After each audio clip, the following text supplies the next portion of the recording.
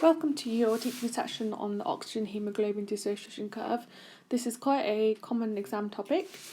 So here we have the oxygen hemoglobin dissociation curve, which is a sigmoid shape due to allosteric modulation and cooperative binding.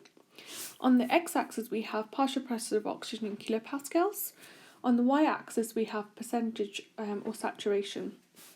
So there are three important points to know and note on the oxygen hemoglobin dissociation curve.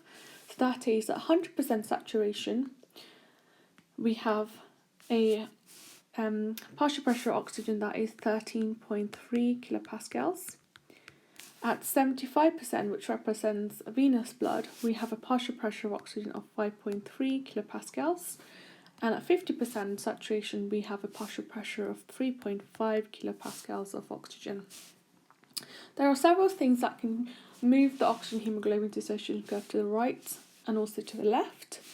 So movements to the right means that there's an increase in offloading of oxygen, so that's when oxygen is required more. So factors that affect this shift and move to the right include decrease in pH, so acidosis, increase in temperature, increase in PaCO2, increase in 2,3-DPG, and the factors such as anemia, pregnancy can also shift it to the right. Now, factors that shift it to the left are the opposite of this, so increase in pH, decrease in temperature, decrease in 2,3-DPG, decrease in PaCO2. Fetal hemoglobin also shifts it to the left, as well as methemoglobin and carboxyhemoglobin as well. So moving it to the left increases affinity for oxygen, which explains why fetal hemoglobin would also move to the left. Bohr effect and Haldane effect can also be related to this.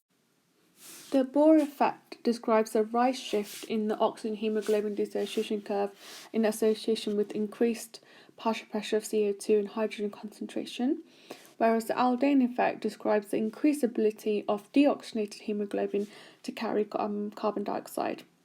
And deoxygenated hemoglobin is a better proton acceptor than oxyhemoglobin, so it's a better buffer as well. So that's a quick overview of the oxygen hemoglobin dissociation curve. Other topics to read upon in relation to this would include hypoxia and how this oxygen hemoglobin dissociation curve would change according to different types of hypoxia, such as hypoxic hypoxia, anemic hypoxia, stagnant hypoxia, or histotoxic or cytotoxic hypoxia.